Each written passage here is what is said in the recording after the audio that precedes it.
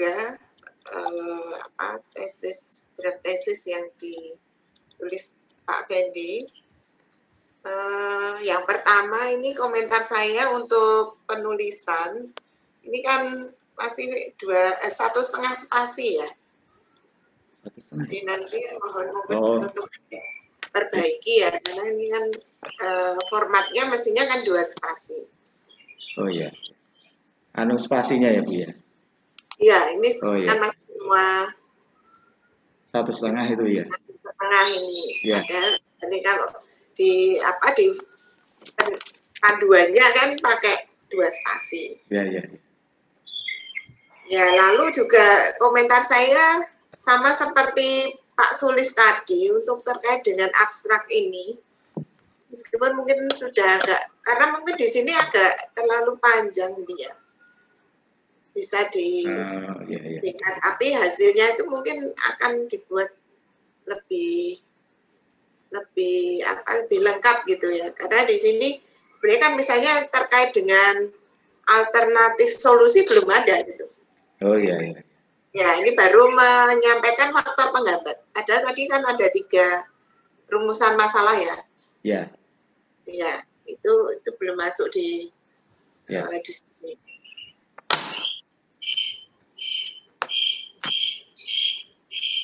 Lalu yang berikutnya ini yang saya kuning-kuning ini mungkin nanti dicek lagi, ini mungkin salah ketik. Ya, Bu. Ya, kemudian nah ini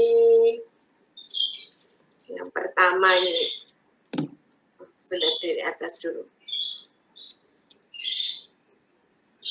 Oh, ini di bagian tengah ini ada tulisan yang fontnya beda. Oh ya, Bu. Ya. Lalu yang ringkasan tadi ini yang bagian di sini ini maksudnya apa ya? Mungkin kalau teori kan jelas ini kan dasarnya teori kan, mesti jawabannya ada semua nih. Ada dan tidak itu, Bu. Enggak, yang ini yang kolomnya teori. Berarti mending dihilangkan aja, Bu ya. Nah, mungkin kan ini temuan di yayasan itu bagaimana gitu. Bisa temuannya, aktivitasnya bagaimana, apakah sudah dilakukan kan. Ya, maksud saya seperti itu, Bu. Jadi ya, melihat aktivitasnya. Ini nggak usah dibagi teori yayasan ya, langsung yang sudah dilakukan yayasan apa. Oh iya, iya. Ya, Bu ya. Lalu keterangannya mungkin bisa diberi penjelasan, misalnya, oh ini belum ada pedoman, ini sudah dijalankan tapi belum ada pedoman. Oh iya, iya. Nanti gitu. Saya perbaiki. Nah, terkait dengan itu bagian nomor 10 ini pengawasan dan pengendalian ini kan belum ada pedomannya ya.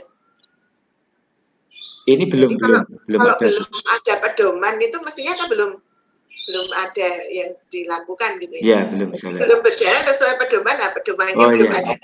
Belum berjalan. Ya. Jadi kalau yang ini kan ada pedoman, cuma dia belum dijalankan gitu kan beda. Oh iya. Ya. Nah, kalau yang nomor 8 ini kan tidak ada pedoman tapi sudah dijalankan praktek baiknya gitu kan, cuma business as usual gitu kan. Jadi nggak ada ini tidak ada kebijakan yang dibuat. Maka lalu kondisi nomor 8 dan 10 itu beda. Kalau belum ada pedoman ya memang mungkin belum dijalankan atau mungkin sudah dijalankan tanpa pedoman. Kalau di ini belum dijalankan ya. Mungkin sudah ada yang berjalan, Bu. Jadi terkait pengawasan pengendalian ini hanya masih saat barang dibeli dan barang diletakkan di mana ada.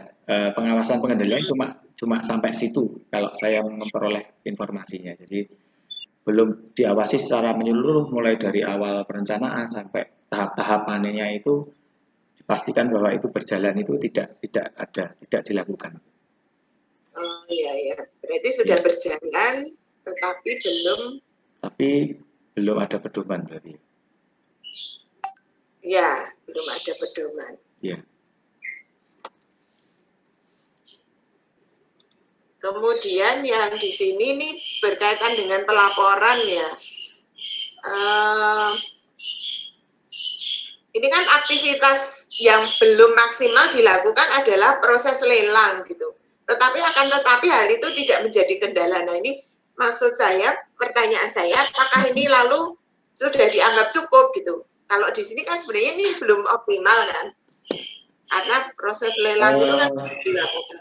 Lalu bagaimana ini maksudnya? Jadi kalau di SOP pengadaan itu ada ini Bu, ada yang menyebutkan mulai proses lelang dan sebagainya. Kan tetapi yang terjadi itu bahwa divisi yang membutuhkan ketika membutuhkan sebuah sarana prasarana ya udah langsung mengajukan ke atasan, lalu ACC, lalu divisi itu langsung belanja itu aja. Jadi nggak ada aktivitas.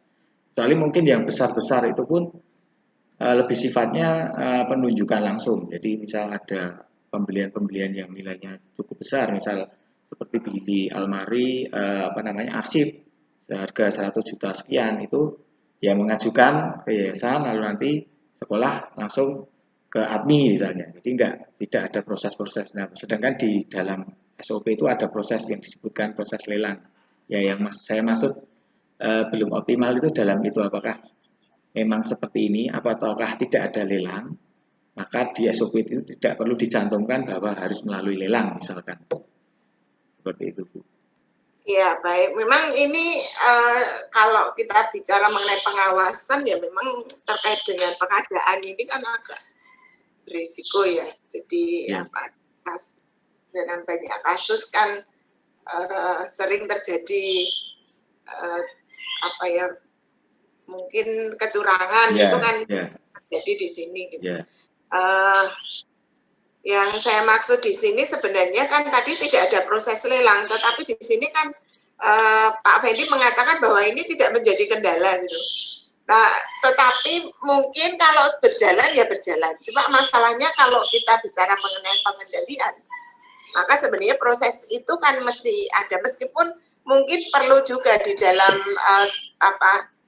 pedoman itu dibuatkan secara lebih detail. Misalnya yang harus dilakukan dengan lelang itu yang nilainya berapa gitu. Kalau yang tidak perlu lelang yang berapa, nah itu mungkin bisa di dalam SOP itu lalu diberikan aturan yang lebih spesifik gitu. Tapi kalau menurut saya proses lelang ini mestinya menjadi satu proses yang perlu diseriusi gitu ya. Jadi kalau pernyataan bahwa itu tidak menjadi kendala yang serius, saya kira mungkin perlu, atau mungkin ini kalimat ini perlu lebih di ya, supaya nanti tidak menjadi misleading bahwa lalu proses lelang itu nggak penting gitu. Oh iya.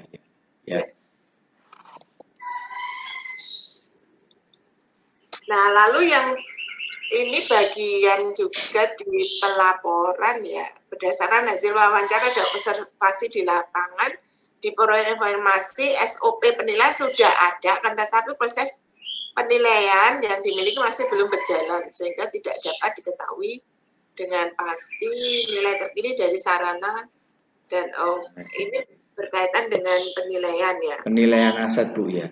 Iya. Jadi SOP-nya ada. Baik, ini lebih pada menjawab pertanyaan pertama atau sebenarnya sudah bisa lalu dilakukan identifikasi penghambatnya ya. Kalau di atas kok saya lihat ada yang sudah dimunculkan faktor penghambatnya, ada yang masih mengidentifikasi gitu. Ataukah mau ditaruh di belakang untuk setiap item tadi? Ini di bab 10. Ini di bab 5 ya Bu ya? Ini bab 5. Bab 5 itu saya lebih menjelaskan secara umum dulu. Jadi identifikasi ya. Iya. Di bagian nomor 1 itu lebih ke identifikasi praktek yang terjadi begitu. Iya. Praktek yang terjadi. Lalu yang kedua kemudian kendala ya. Yang dua ya. Faktor penghambat itu. Faktor penghambat ya, kendala-kendala. Faktor penghambat. Tapi berarti faktor penghambatnya ini lebih secara general ya. Iya. Ya, kemudian spesifik di setiap tahapan gitu. Enggak Bu, lebih general saya. Mungkin alasannya apa ya? Karena saya menggali datanya ini kan berdasarkan setiap aktivitas tadi, lalu saya mencoba untuk yang kira-kira masih menjadi kendala itu yang bagian mana-mana saja yang memang menurut saya bagian itu sangat perlu untuk menjadi perhatian gitu Bu. Apakah ini nanti tidak masuk di dalam pembahasan ya? Kalau nanti ini menjadi rangkuman dalam 10 tahapan itu, dari setiap tahapan itu ada penggambat-penggambatnya gitu. Kemudian ini menjadi bagian dalam pembahasan, ini kan baru menganalisis kan. Ya. Ya, lalu nanti di bagian berikutnya kan pembahasan. Kalau pembahasan ini lebih nanti general untuk setiap tahapan itu sebenarnya termasuk kasus umum yang terjadi itu apa? Oh, karena nggak ada SOP misalnya gitu. Lalu termasuk itu nanti dalam pembahasan. Di setiap Tapi kalau dalam analisis menurut saya faktor penggambat itu dimunculkan dari setiap tahapan itu. Karena kan ada identifikasi kan, ini ada sesuatu yang bermasalah gitu kan. Dari identifikasi itu kemudian kita temukan faktor penghambatnya apa. Lalu faktor-faktor penghambat itu mungkin bisa dibuat tabel juga nggak apa-apa. Jadi nanti kan akan kelihatan, oh ini masalahnya itu sama gitu, karena masalah SOP misalnya.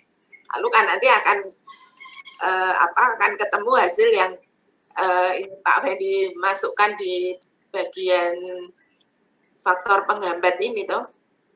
Iya. Berarti itu yang di bab 5 itu faktor penghambat itu saya pindahkan aja Bu ya, nanti di bab 6 ya, di kesimpulan saran, maaf, di pembahasan. Prosesnya itu kan dari deskripsi data, analisis dan pembahasan. Ya. Ini nanti setelah analisis itu pembahasan. Nah, analisis kan mendeskripsikan temuan-temuan kan. Setiap tahapan itu tadi kan sudah ketemu. Nah, deskripsi analisisnya itu kan berpedoman pada rumusan masalah yang kita buat. Jadi kan mendeskripsikan atau mengidentifikasi tadi permasalahan yang terjadi di dalam setiap tahapan manajemen aset. Kemudian yang kedua kan menemukan faktor penghambat. Nah, nanti berarti setiap tahapan itu faktor penghambatnya apa gitu. Lalu yang ketiga adalah alternatif solusi kan. Nah, itu juga sebenarnya itu masih dalam bagian analisis. Tetapi nanti di dalam pembahasan itu sudah nanti lebih general. Oh, ini kebutuhannya memang butuh SOP misalnya. SOP kan memang lalu mencakup mulai dari perencanaan sampai dengan pengawasan tuh. Itu kan SOP jadi satu di situ. Jadi mungkin tahapannya seperti itu. Jadi nanti ada bagian tersendiri terkait dengan pembahasan. Ya Bu, nanti coba saya revisi. Ya. Lalu yang berikutnya mengenai alternatif solusi yang tadi belum disampaikan ya di abstrak ya. Oh iya. Itu perlu juga disampaikan di abstrak. Kemudian mengenai kesimpulan mungkin akan bisa lebih ringkas ya untuk memberikan kesimpulan. Kesimpulannya kan berarti kalau mau dibuat per item ya berarti kan memang isinya identifikasi, kemudian faktor penghambat, solusinya itu. Tetapi kalau mau dijadikan satu ya nanti Bu Nini gimana Bu? Ini mau satu-satu disampaikan di kesimpulan. Kalau mengacu ke permasalahan ya memang satu itu identifikasi, lalu dua terkait dengan faktor penghambat, lalu yang ketiga solusi, alternatif solusi gitu. 1, 2, 3 kesimpulan. Nah, berarti kan identifikasi itu bisa digabung jadi satu, tidak lagi satu-satu lagi. Ya.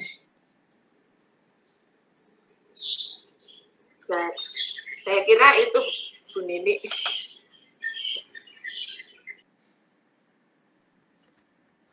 Oke, terima kasih banyak Bu Reni. Oke, Mas Fendi. Jadi ada tadi beberapa hal yang sudah disampaikan Bu Reni, saya juga membuat catatan kecil ya untuk ini. Tapi saya juga ada beberapa konfirmasi yang waktu bimbingan terakhir juga sudah saya tanyakan yang terkait dengan data aset. Ya, seharusnya untuk bentar ya, kok ini listriknya kok nggak connect.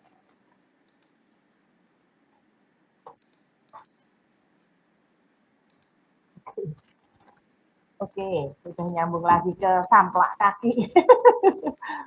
Oke, jadi untuk yang data aset itu mestinya dulu kalau saya tidak salah yang saya tanyakan itu Mas Fendi hanya mencantumkan tambahan aset pada tahun tertentu. Ya, seharusnya mungkin data keseluruhan. Kalau nanti data tidak tersedia ya disampaikan tidak tersedia. Supaya tidak terkesan bahwa data aset dari Debrito itu kok minggu tok toh gitu. Yang dulu saya tanyakan kok cuma satu atau apa. Ya, ada jadi tapi banyak. Ya enggak apa-apa. Jadi misalnya komputer 200 ya tulis komputer ada 200 gitu. Karena memang itu data. Oh, kalau data satu-satu maksudnya per item gitu tidak ada, Bu. Oh, enggak punya. Enggak punya. Nah, padahal itu penting ada. loh. Adanya Betul? seperti ini loh, Bu. Kayak apa? Bentar saya tunjukkan. Ya. Nah, itu nek hilang piye? Ya udah hilang. Kok mulai siji piye? Saya aku Enggak tahu. Karo satpam ya aku Bu ini mau ngambil satu komputer ngono piye? Enggak tahu, Bu. Oke, itu poin penting itu. Sebentar, Sampaikan Bu. saja, tidak apa-apa.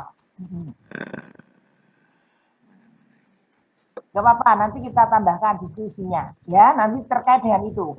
Jadi apa yang bisa disajikan, sajikan. Yang seharusnya disajikan tetapi belum ketemu ya harus dicari gitu di ini daftar aktiva tetap. Ayo kayak gini nih Bu, cuman ini data yang saya punya di akuntansi. Oke. Jadi data tidak butuh rupiahnya atau Mas Fendi? Enggak. Cuma ini kan ya macam-macam gini, meja, dan sebagainya. Ya ini hanya berdasarkan pembelian karena ini data dari akuntansi. Jumlahnya berapa? Enggak. Oke, berarti itu harus disampaikan. Itu justru malah harus diekspos. Ya, bahwa data aset yang tersedia itu disampaikan saja. Tidak jumlah aset tidak diketahui misalnya seperti itu. Menurut saya itu harus diketahui gitu. Nah, bagaimana kita mau melakukan inventarisasi, mau ini mungkin nanti justru akan diawali dari ini. Mari kita mulai ngitung kembali yang kita miliki itu apa gitu. Ya, ini nanti berarti itu poin penting dan ini seharusnya akan masuk sebagai data aset yang ada di neraca aset tetap. Maka kita tidak bisa menghapus, kita tidak bisa menganggarkan pemeliharaan, ya karena memang real nilai aset kita ada berapa, jumlahnya berapa dalam unit, bentuknya apa saja itu tidak ada. Gitu. Waktu itu saya sudah pernah juga menyampaikan mungkin yang terkait dengan ini kan kita sudah bisa minta bantuan dari anak-anak KL itu loh, anak-anak TI untuk membantu mengidentifikasi. Kita punya aset berapa saja. Karena saya di Kota Baru juga melakukan hal yang sama. Jadi proyek 1 bulan, 2 bulan itu sudah langsung bisa ditemukan gitu. Tinggal dirupiahkan. Nah ini Mas Fendi malah sudah ada rupiahnya, tetapi data aset itu belum terekam gitu. Nah, nanti bisa menjadi salah satu alternatif solusi. Ya, jadi menggunakan pihak luar untuk membantu di dalam melakukan inventarisasi aset yang dimiliki. Itu ya. Kemudian oke, tadi yang dipresentasikan kan juga ada beberapa alternatif solusi yang menurut saya beberapa itu masih sangat umum sekali gitu. Mungkin bisa nanti diberikan yang agak konkret, tidak harus semua. tetapi paling tidak mungkin bisa menyampaikan tahapan yang harus dilakukan oleh yayasan atau oleh Gedruto. Ya, jadi kira-kira apa yang harus mereka lakukan, apa yang harus mereka buat. Seperti misalnya tadi, oh ini harus ada tim inventarisasi, di mana tim ini nanti akan bertugas untuk gitu, minimal ada gambaran, gitu. Hanya sekedar buat ini, gitu. Tetapi orang masih mikirnya masih sangat panjang, alternatif solusinya masih terlalu umum. Ya, tetapi kalau bisa sudah ada, jadi konkret gitu, relatif konkret tetapi belum sangat detail. Karena memang tidak bisa kita menyampaikan, memberikan usulan sampai sangat detail sekali. Gitu. Yeah. Lalu saya juga setuju tadi yang terkait dengan abstrak yang disampaikan oleh Bu Reni. Kemudian lelang, saya juga memberi catatan yang terkait dengan lelang. Ya, jadi mungkin bisa disampaikan bahwa saat ini memang tampaknya semuanya masih bisa berjalan dengan baik tanpa adanya lelang.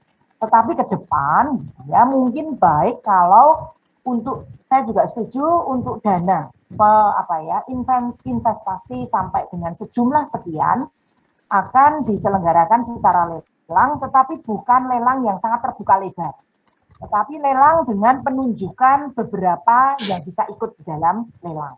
Ya, seperti lelang tertutup, kita sudah kenal, kita sudah tahu pihak-pihak tertentu itulah misalnya 3 orang yang kita beri penawaran, lalu meminta mereka atau kita berikan tawaran kita untuk mereka memberikan penawaran bagi kita. Jadi nanti sudah tertentu. Oh, yang akan lelang adalah perusahaan A, perusahaan B, perusahaan C. Yang kita mungkin sudah men-screen lebih dulu, bukan lelang terbuka. Dan itu banyak digunakan oleh lembaga-lembaga tertentu, termasuk lembaga Katolik, gitu ya, bahwa kita tetap menggunakan lelang supaya nilai yang diusulkan. Jadi kita sendiri sebagai tim di yayasan sudah punya gambaran. Oh, kira-kira kalau beli ini, beli itu, atau bangun ini, membangun itu, kira biayanya itu 5M misalnya. Oke, kita sudah punya gambaran 5M itu. Lalu kita tawarkan keluar. Coba mereka bisa menawar kita berapa. Dan kita ketika memutuskan 5M itu juga tidak acak-acakan, tidak ngawur gitu. Kita memang sudah serius bertanya kepada banyak pihak sehingga ketemu angka 5M. Nah, ketika sudah tahu bahwa nilai investasi kita ini sekitar 5M, maka ini harus dilelangkan. Itu misalnya ya, karena mungkin di atas 1M umpamanya. Nah, lalu kita tawarkan. Entah itu membangun apa, membuat apa, membeli apa, terserah. Nanti dari 1, 2, atau 3 rekanan yang kita tunjuk, kita pilih nanti. Mereka bisa menawar berapa. Nah, kemungkinan mereka bisa menyediakan apa yang kita butuhkan itu cukup 4,5M, 4,7M. Gitu. Nah, nanti ada tim yang akan memilih. Mana yang akan kita pilih. Belum tentu yang paling rendah yang dipilih, gitu. Tapi paling tidak kita sudah punya ancer-ancer. Dan kalau perkiraan kita itu tepat, biasanya kita sedikit di atas dari lelang, sehingga kita bisa mendapatkan harga yang lebih baik daripada kalau kita menyelenggarakan sendiri. Kita menyelenggarakan tadi 5M hitungan. Nah, itu mungkin bisa turun dari itu. Gitu. Ya. Sejauh yang pernah saya tanyakan, model seperti itu secara rata-rata kalau kita memperhitungkannya sudah cermat dengan mengerjakan sendiri dan sudah bertanya kepada para pakar, kira-kira bisa turun 10-15% dari lelang yang dari taksiran biaya yang ditetapkan oleh tim yang dibentuk oleh yayasan. Ya, biasanya seperti itu. Maka ini adalah salah satu cara pengawasan, kontrol, dan kita melihatkan pihak eksternal. Tidak hanya digawe dewe, karangane, anggarane dibuat dewe, dikerjakan dewe, dimonitor dewe. Nah, itu dari sisi teori itu tidak sehat. Ya, yang seperti itu. Maka betul, saya setuju yang disampaikan Bu Reni dan perlu diberi penjelasan pentingnya kita menyelenggarakan lelang. Kemudian tadi yang tahapan tadi mulai dari identifikasi, deskripsi data, analisis pembahasan, saya juga mendukung ya saran dari Bu Reni. Di dalam analisis mungkin sudah disampaikan hambatan secara umum, tetapi nanti ketika membahas Kalau memang ada yang sama ya dibahas bersama, tetapi kalau yang agak lebih mungkin kita detailkan sampai pada alternatif solusi dari adanya faktor penghambat. Dan yang terakhir untuk kesimpulan, usul saya sesuaikan saja dengan rumusan masalah supaya gampang. Ya, kalau memang dari rumusan masalah yang pertama nanti akan dibuat kesimpulan yang sub, ya digawe sub, nggak apa-apa. Tapi lalu kita lebih mudah, pembaca lebih melihat, oh rumusannya 3, ya penyelesaian 1 bagaimana, jawabannya 2 bagaimana, 3 seperti apa. Begitu. Ya. Ada pertanyaan mungkin Mas Fendi? Sudah, Bu. Saya kira akan menjadi sangat menarik. Mungkin ya. Ini ada Romo Bey, selamat datang Romo. Ini selamat datang Romo Bey. Selamat sore Bu Nini. Sore, Ibu ya. Francisca. Seger kayaknya Romo Bey. Ini kayaknya sudah presentasi ya Romo. Sudah presentasi kemarin. Mendukung Pak Fendi sama Pak Sulis, Bu. Ya, terima kasih. Ya, Romo sudah maju kolokium. Sudah kemarin, Bu. Oh, oke. Ya, baguslah. Oke, senang. Ini ada dorongan, dukungan, dan ini sudah diintip ini. Wah, kayaknya Strada ini juga banyak yang terkait dengan aset yang terbengkelai, karena asetnya ada di seluruh Indonesia ya, Romo. Terlalu banyak asetnya. Mungkin. Asetnya banyak sekali itu. Sekali, ya itu. Jadi mungkin dari tahapan ini. Nah, ini Mas Tony ini juga yang biasa mengelola aset tetap, juga tahu bagaimana rumitnya. Ini kalau dengan dibantu Mas Fendi seperti ini, mungkin langkah untuk perbaikan di Jebrito lalu menjadi lebih gampang ya Mas Tony, ya toh. Oke, bentuk kui, ayo gawe iki, ayo gitu. Ya, jadi ini sudah memberikan rambu-rambu untuk perbaikan yang selama ini mungkin berkutat saja nih, kapakno iki kudu piye gitu. Ya, nanti Mas Fendi, maka tadi saya minta sarannya supaya lebih konkret sehingga bisa lebih mudah untuk diimplementasikan dengan lebih detail. Ada pertanyaan mungkin boleh dari Mas Tony, dari saya boleh Bu. Boleh, silakan. Oke, baik. Ya. Terima kasih Bu Nini, Bu Reni atas waktunya. Saya kira memang itu permasalahan yang terjadi di tempat kita, begitu ya. Pertama-tama memang yang saya alami, saya mengurusi Sarpras ini kurang lebih baru berapa ya, setahun 2 tahun ini ya, belakangan ini ya. Dulu secara langsung ya disambi-sambi begitu. Lalu sekarang kebetulan sebagai sebutannya kabak personalia dan kelembagaan gitu. Nah, tapi lebih banyak kerjanya di kelembagaan, urusi yang kelembagaan gitu. Lalu memang problem dari kita, kalau saya lihat itu memang soal kedisiplinan dan konsistensi begitu ya. Jadi ketika SOP-nya sudah ada, mungkin SOP sudah tahun berapa itu ya, 2015 ya. Sudah cukup lama begitu. Kita juga kadang tidak patuh gitu ya, tidak patuh lalu tidak disiplin, termasuk dari tingkat bawah sampai atas begitu. Nah itu yang kadang-kadang peraturan bagaimanapun ketika para pelaksana, para pemangku kepentingan juga tidak disiplin gitu, itu nanti akan menjadi masalah. Lalu misalnya ya kami bercerita begitu, saya sebagai kabak di sini sampai saat ini gitu, walaupun SK-nya tidak ada ya, ketika sekolah mengadakan sesuatu saya tidak tahu gitu. Kemarin ada bagian IT itu usung-usung gitu ya, usung-usung katanya beli kamera gitu. Saya tanya, beli apa ini kamera? Saya nggak tahu itu. Dan di anggaran nggak ada.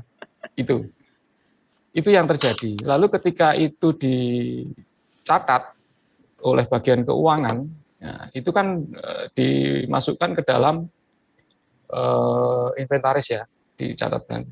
Nah, itu sampai sejauh itu kita belum mempunyai semacam perangkat software begitu ya, yang bisa digunakan untuk mengelola itu gitu. Tadi Bu Nini juga sudah menyinggung bahwa kita memang perlu bantuan misalnya dengan teman-teman dari PKL yang lain. Ketika tadi ditanya tentang daftar aset ya, daftar aset. Sebetulnya kita itu punya. Kita punya, tapi manual. Terakhir kalau enggak tahun 2018-2019. Nah, saya itu mau merencana update yang terbaru. Tapi ya belum sempat sampai sekarang. Karena itu sudah masuk di program Renstra tahun ketiga ini. Dan memang harus kita akui terjadi belum ada kerjasama, belum ada koordinasi yang baik antara di sekolah dan di yayasan begitu ya. Jadi sekolah juga jalan sendiri. Misalnya tadi diceritakan membeli lemari dari ATMI gitu. Saya nggak tahu itu kalau beli. Misalnya begitu. Lalu siapa yang minta, siapa yang beli, dan itu di anggaran nggak ada. Itu soal konsistensi juga. Ketika kita mempunyai wewenang, apakah itu bisa dihentikan? Nah, itu kan kadang-kadang gitu. Lalu ketika kita menghentikan romo rektor itu dari zaman dulu sampai sekarang.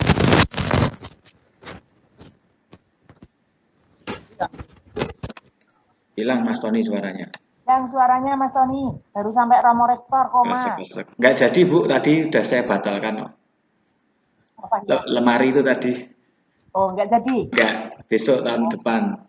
Saya sudah sampaikan ke Romo tadi. Oke, ya. Halo? Ya, masuk. Itu yang Romo rektor tadi.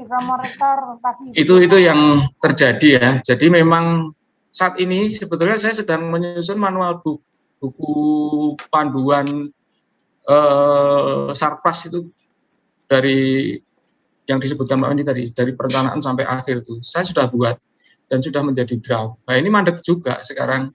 Karena saya serahkan Pak Yoko sebagai pengurus yayasan bidang Sarpras, itu juga bingung juga mau ngecek itu.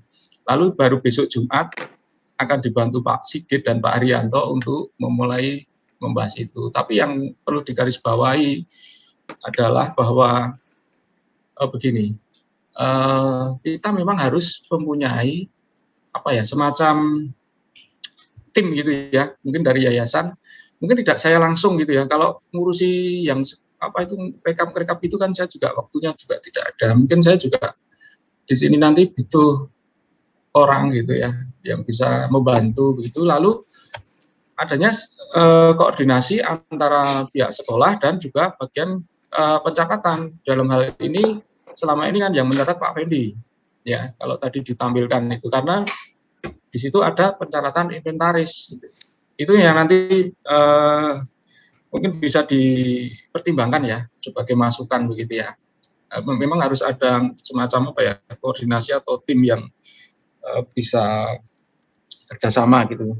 Lalu juga perlunya SIM sistem informasi untuk inventaris itu. Lalu saya juga ingin menambahkan soal lelang tadi ya, soal lelang. Mungkin ada beberapa barang itu tidak bisa dilelang gitu. Misalnya kemarin kita mengadakan kursi kapel gitu. Itu kan sudah haknya PIKA gitu. Jadi nanti perlu dibuat klausul semacam penunjukan langsung itu. Asal disetujui oleh Romo Rektor. Jadi selama ini ketika kita bergerak kemana-mana itu disetujui oleh ketua pengurus yayasan gitu. Jadi tidak ada yang kita berjalan sendiri gitu. Itu mungkin bisa dimasukkan sampai ke titik titik kebijakan gitu. Bagaimanapun ketika Romo Rektor sudah menyetujui, kan mungkin ada peristiwa darurat juga. Seperti kemarin keadaan pandemi kita beli banyak alat itu, kita maklumi. Tapi ketika Romo Rektor sudah ACC itu ya itu kan diskresi gitu kan. Jadi itu hak-hak seperti itu mestinya harus fasilitasi gitu. Jadi maksud saya itu tidak kaku, ini harus seperti ini, itu harus seperti itu. Jadi ini langkah ke depan ini, kalau menurut saya, mungkin masukan-masukan dari temuan Pak Fendi nanti bisa dikoordinasikan. Karena terus terang sebagai kabak Sarpras saya itu tidak diwawancarai loh ini. Saya tidak diwawancarai. Jadi lebih ke sekolah soalnya Pak. Makanya padahal itu penting itu, karena itu kan satu integrasi, tidak bisa lepas sekolah itu. Karena bagaimanapun, ya walaupun saya tidak punya SK-nya, tapi bahwa itu ada yang yang apa? Kadang sering kelewatan juga, saya sudah sering kelewatan. Saya kira itu masukan dari saya. Terima kasih atas waktunya. Selamat siang. Terima kasih Pak Tony. Mas Tony memang tidak mau wawancarai Mas Tony toh? Romo sama Pak Yoko ya malah kemarin. Oh ngono. Ya apa tambah ya apa ini termasuk Iya, sudah saya catat toh ini tadi. Ya sudah ya, oke. Saya kira usulan dari Mas Tony ya bagus ya. Dari memang betul kadang dalam situasi tertentu kita butuh diskresi, khususnya kemarin yang gawat darurat semuanya ada pengalihan anggaran, gitu ya. Maka saya juga senang tadi mendengar bahwa filing kabinetnya ditunda, itu ya wes dan tapi memang mana sama ya Romo Bay. Jadi ya seperti tadi yang disampaikan mendadak ada beli apa, tapi ini sekongendi gitu. Saya itu di mana-mana loh, Romo tidak hanya di Debrito gitu ya. Tempat saya kebetulan menjadi bendahara, mendadak aku dijalui duit, tapi loh kok ora tau krungu ya nek ana pengeluaran iki yo. Mendadak sekarang kon ngerti-ngerti kon transfer kon ini loh dite sopo gitu ya. Jadi mungkin karena diputuskan secara sepihak oleh pihak-pihak tertentu dan merasa ini sudah di apa ya, seolah-olah sudah disetujui begitu. Padahal sebetulnya mungkin belum pernah dibahas secara khusus. Jadi ya, saya kira ini mungkin kalau bisa dirangkum dalam bentuk yang bagus, Mas Fendi, itu betul-betul akan menjadi rujukan gitu ya, bahwa pihak-pihak sekolah ataupun yayasan ketika akan melakukan investasi ini loh prosedurnya tuh kayak yang tepat ya. Ada unsur transparansi, ada unsur akuntabilitas ya, karena ini bagaimanapun juga ini uang yang kita ambil dari sekolah ya, atau mungkin atau dari anak-anak dari orang tua gitu. Jadi ada pertanggungjawaban semua pengeluaran. Dan memang dalam tahapan 10 itu yang bagus itu adalah tambahan yang terakhir itu, karena di dalam teori ini kira ono yang namanya monitoring itu kok, evaluasi dan monitoring itu tidak ada. Jadi beli, apa-apa semua tahapannya lengkap, tetapi bagaimana dan siapa yang melakukan evaluasi dan monitoring atas keseluruhan proses nomor 1 sampai 9, itu ternyata tidak muncul. Ya, jadi terima kasih Mas Tony, masukannya sangat memperkaya kembali ya. Kalau nanti memang masih ada hal lain yang perlu ditambahkan, mungkin Mas Fendi bisa bertanya lagi, mewawancari wong mengkerek jejeran kok, mungkin karena jejeran ini jadi malah ora ditekoni ya, terus ngobrol-ngobrolin kita tahu kantornya bersebelahan. Oke, tadi saya catat juga ini yang disampaikan oleh Mas Tony sudah saya catat, termasuk usulan tim, kedisiplinan, konsistensi, saya kira itu catatan yang sangat bagus dan penting. Oke, masih ada yang mau berkomentar? Boleh Mas Fendi, boleh Bu Reni lagi, boleh Pak Sulis.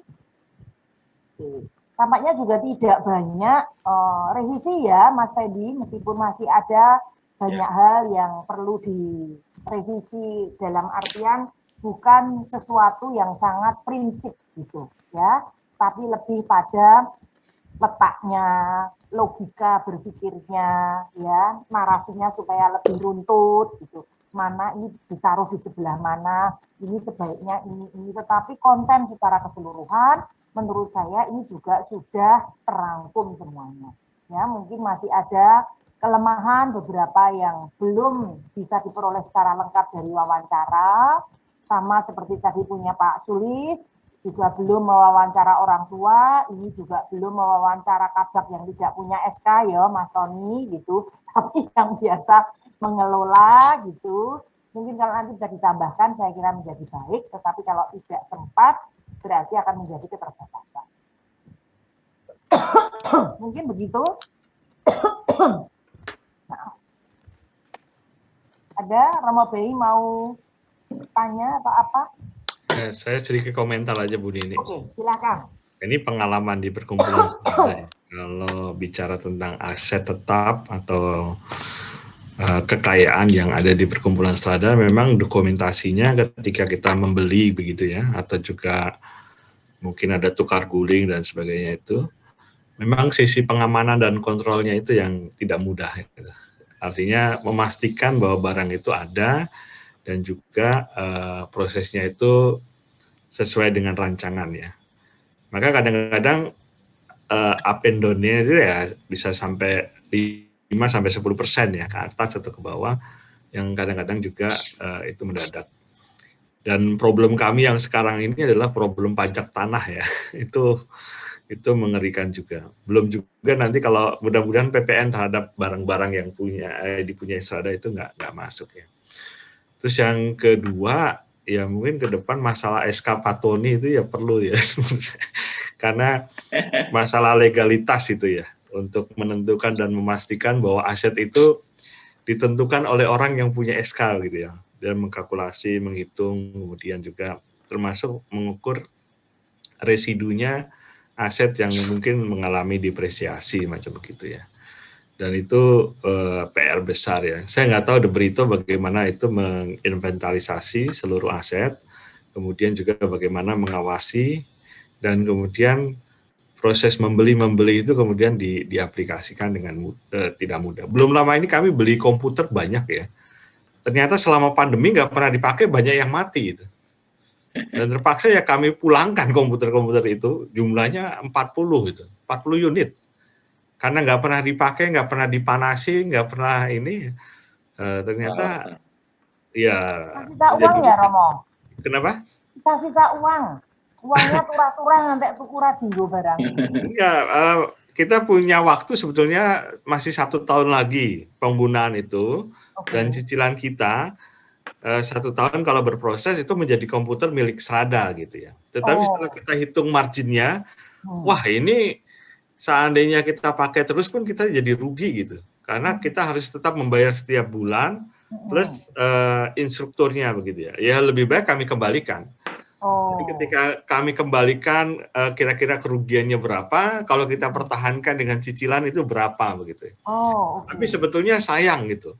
Dari 40 komputer ini kok begitu banyak yang tidak berfungsi ya. Tapi juga susah juga meminta untuk guru datang memantau setiap hari untuk di situ juga, itu nggak mudah juga untuk orang-orang. Ketika membeli dulu perhitungannya kurang tepat ya Romo. Iya, maka dari situ kami belajar kalau pembelian aset yang baru disertai dengan perawatan dan sebagainya dengan sebaik mungkin. Artinya kami belajar dari kelemahan itu ya. Jadi pengadaannya ini kan komputer sudah 5 tahun dan sebagainya ya. Akhirnya ya sudahlah, residunya toh masih tinggal sedikit. Mungkin pemikiran mereka begitu.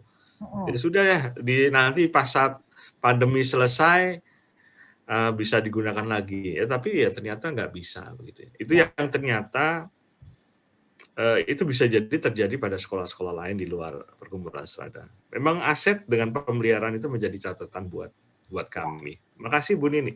Ya, terima kasih banyak sharingnya, Romo. Saya kira itu banyak itu ya.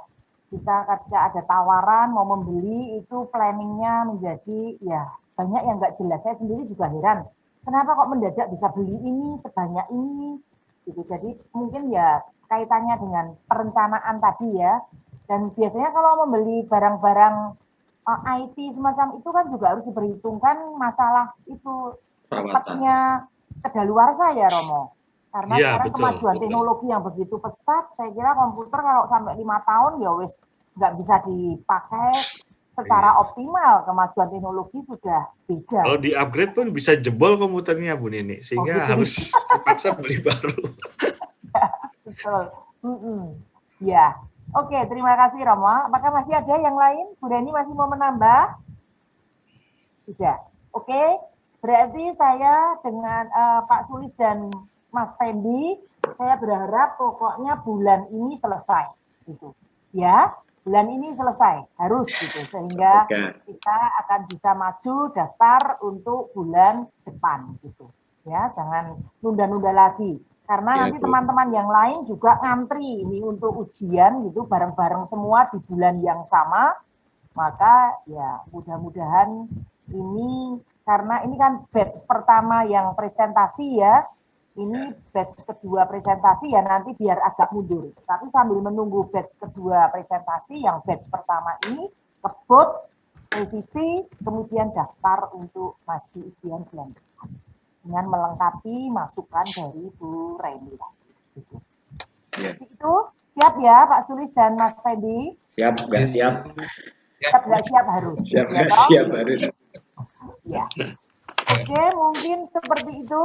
Terima kasih semua yang sudah berpartisipasi. Ada Mas Tony, ada Romo Bey, itu, lalu juga Mas Fendi dan Pak Sulis yang dikebut suruh ngebut ya ternyata bisa, ya toh. Kalau tidak dipaksa ya masih mundur-mundur terus gitu ya. Jadi ternyata mampu. Untuk kalau kepepet itu pokoknya mesti ini. Ya harus kepepet, Bu. Harus kepepet, harus kepepet dan kepepet gitu baru tampaknya terus bisa keluar dan langsung bisa jadi gitu ya. Sebelumnya lagi slow banget, tidak kudu nulis apa. Nah, tapi akhirnya sampai ke ya tahap sebelum yang terakhir, satu sebelum yang terakhir. Seperti itu, terima kasih banyak, selamat siang. Nanti saya kirimkan catatan saya tentang masukan untuk Mas Fendi dan juga untuk Pak Sulis. Termasuk file dari Bu Reni ya, Bu? Nah, Bu Reni boleh. Nanti Bu Reni mau dikirim sendiri ya bisa, atau dikirim lewat saya ke juga. Bu Nini ya. Dikirim lewat Bu Nini. Dan untuk Mas. Ya, ya. Oke. Ya, terima kasih. Selamat siang. Sampai Terima ketemu kasih lagi. Bu Nini, Bu Reni, terima kasih. Romo, Pak Tony. Teman-teman. Pak Fendi, makasih. Oke, Pak Sulis. Mas Sulis kok agak kegelapan loh. Iya ya, Bu. Oke, yuk Ya, selamat siang. izin keluar. Nggih. Lagi foto ya? Oh, foto dulu. Ya, foto, Bu. Ya, Foto dulu, foto. terakhir lah. Besok semua. Bentar.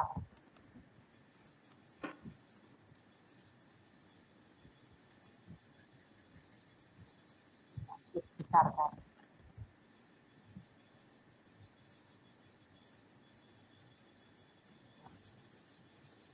Satu, dua, Lampung. Ya, oke, terima kasih. Terima Selamat kasih. sore. Selamat sore. Nggih. Selamat siang.